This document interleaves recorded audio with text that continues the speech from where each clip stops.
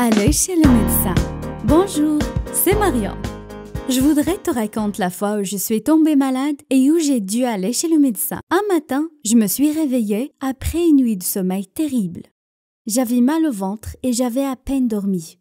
J'ai appelé mon travail et leur ai dit que j'allais prendre un jour de congé maladie et aller chez le médecin.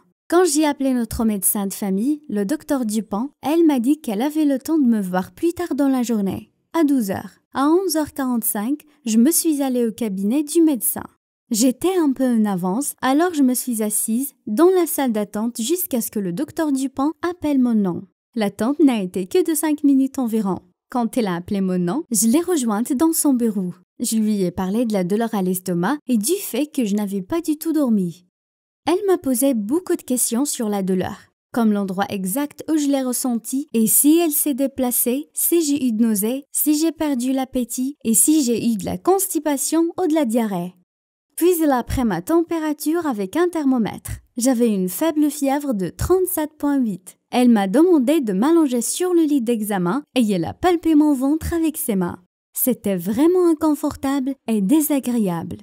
Elle m'a dit qu'elle pensait que j'avais peut-être une appendicite et que je devais aller à l'hôpital pour passer d'autres examens. Elle m'a rédigé une ordonnance pour des antibiotiques et des analgésiques, un certificat médical me donnant une semaine de congé et une recommandation pour les examens à l'hôpital. Je devais faire une analyse de sang et une radiographie de l'abdomen.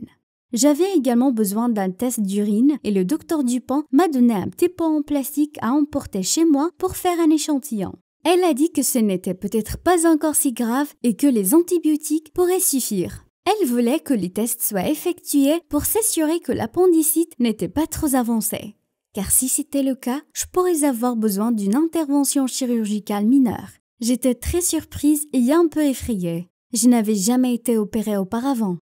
Le docteur Dupont m'a rassurée en me disant que tout irait bien. Je suis allée directement à la pharmacie pour obtenir l'ordonnance pour les antibiotiques et les analgésiques, puis à l'hôpital pour les examens. L'attente était beaucoup plus longue qu'au cabinet du médecin et j'étais contente d'avoir un livre avec moi pour pouvoir lire pendant que j'attendais. On m'a d'abord fait une prise de sang, l'infirmière a attaché un élastique autour de mon bras et a pris du sang avec une aiguille. Je devais détourner le regard, mais je n'ai pas eu mal du tout après la première piqûre. Après la prise de sang, j'ai passé la radiographie. Elle voulait voir l'intérieur de mon corps pour s'assurer que l'infection n'était pas trop enflée. Une fois tous les tests terminés, on m'a dit de rentrer chez moi et de me reposer. Les analgésiques faisaient leur effet et je me sentais un peu mieux. J'ai fait exactement ce que le médecin m'a ordonné et je suis rentrée me coucher. La journée avait été très chargée pour quelqu'un qui se sentait si malade.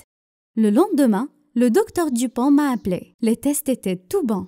L'appendicite n'était pas trop avancée et je n'aurais donc pas besoin d'être opérée. Les antibiotiques suffiraient à me guérir après tout. J'étais très soulagée. Je suis donc restée à la maison la semaine suivante, me reposant et me rétablissant.